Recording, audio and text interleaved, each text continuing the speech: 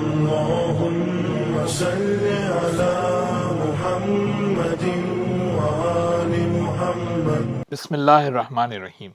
رسول اللہ صلی اللہ علیہ وآلہ وسلم نے غدیر خم کے مقام پر تمام مسلمانوں کو جمع کیا اور پھر ارشاد فرمایا، من کنت مولاہ فہذا علی مولا۔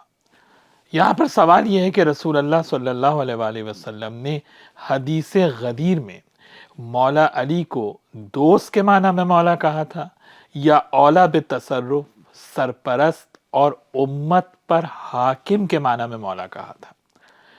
علماء اہل سنت کا تو یہ بھی دعویٰ ہے کہ مولا کے تو کئی معنی ہوتے ہیں، تقریباً 15 کے قریب مولا کے معنی ہیں۔ ہمیں کیا معلوم کہ رسول اللہ صلی اللہ علیہ وسلم نے کن معانی میں حضرت علی علیہ السلام کو مولا کہا تھا؟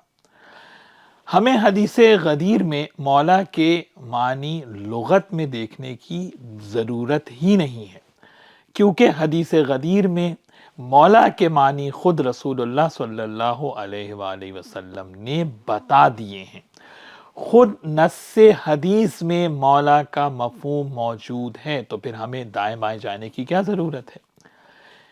سب سے پہلے میں حوالہ دوں یہاں پر مسند امام احمد ابن حنبل کا۔ احمد ابن حنبل کے جن کا سن وفات 241 ہجری ہے، یعنی یہ بخاری سے بھی پہلے کے ہیں۔ اس روایت میں دیکھیے کہ رسول اللہ صلی اللہ علیہ وسلم نے حجۃ الوداع سے واپسی پر جب تمام صحابہ اکرام کو جمع کیا، خطبہ ارشاد فرمایا، اور اسی خطبے میں پہلے تمہیداً سورہ احزاب کی 6 آیہ مبارکہ کو سوال بنا کر پیش کیا اور امت سے پوچھا۔ کیا پوچھا؟ الستم تعلمون انی اولا بالمؤمنین من انفسہم، کیا تم نہیں جانتے ہو کہ میں تمام مومنین اور تمام مسلمانوں کی جانوں پر ان سے زیادہ حق تصرف رکھتا ہوں؟ رسول اللہ نے سوال پوچھا، کیا میں تم سب کی جانوں پر اولا، افضل اور سپیریئر نہیں ہوں؟ کیا میں تمہارے اوپر اولویت نہیں رکھتا ہوں؟ یعنی یہاں پر دوست کی بات نہیں ہو رہی ہے، بلکہ سپیریورٹی اور افضلیت کی بات ہو رہی ہے۔ قالوا بلا، سب نے کہا ہاں رسول اللہ، آپ ہی پوری امت کے اوپر لوگوں کی جانوں پر ان سے زیادہ حق تصرف رکھتے ہیں۔ جب پہلے سب سے یہ اقرار کرا لیا، پھر مولا علی علیہ السلام کو بلند کیا اور ارشاد فرمایا، من کنت مولاہ فعلی مولا، جو کہ نص سے عبارت ہے مسند احمد ابن حنبل کی۔ پیغمبر اکرم نے ارشاد فرمایا کہ جس طرح میں تمہارا مولا ہوں، اسی طرح سے علی تمہارا مولا ہے۔ اور یہ جملہ من کنت مولا ہو فعلی مولا، یہ متفرع ہے، منحصر ہے پہلے والے جملے کے اوپر۔ یعنی جب پہلے والے جملے میں اولویت، افضلیت، اولا بالتصرف اور حاکم کے معنی کی بات ہو رہی ہے، تو پھر بعد والے جملے میں بھی اسی معنی کی بات ہوگی، دوست کے معنی کی بات نہیں ہوگی۔ اور وہ معنی کیا ہیں؟ جو کہ سورہ احزاب کی 6 آیہ مبارکہ میں ارشاد ہے کہ النبی اولا بالمؤمنین من انفسہم، نبی مومنین کی جانوں پر خود ان سے زیادہ حق تصرف رکھتا ہے۔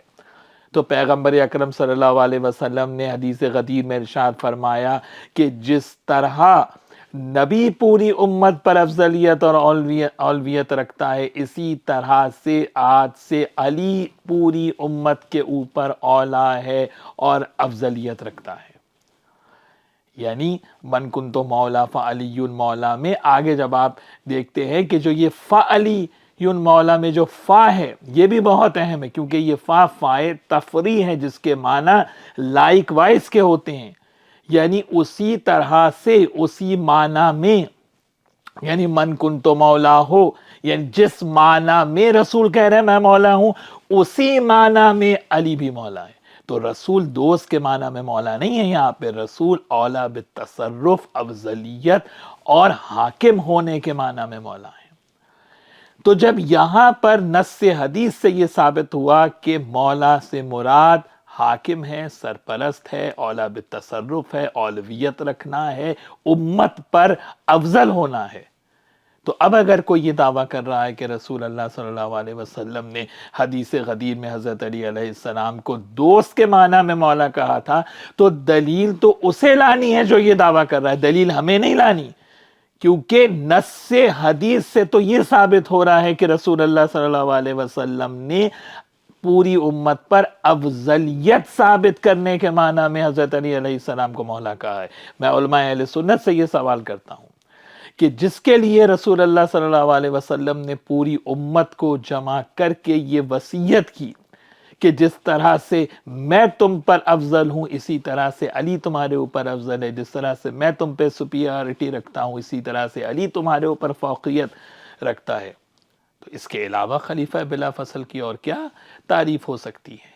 اور صرف لفظ مولا نہیں، مولا، ولی، وصی، امام، خلیفہ، ہادی، جس لفظ سے بھی آپ کو اطمینان ہوتا ہو اس لفظ کو مولا علی کے لیے پیغمبر اکرم صلی اللہ علیہ وسلم نے استعمال کیا ہے، اور یہ اہل سنت کی مستند کتب میں موجود ہے۔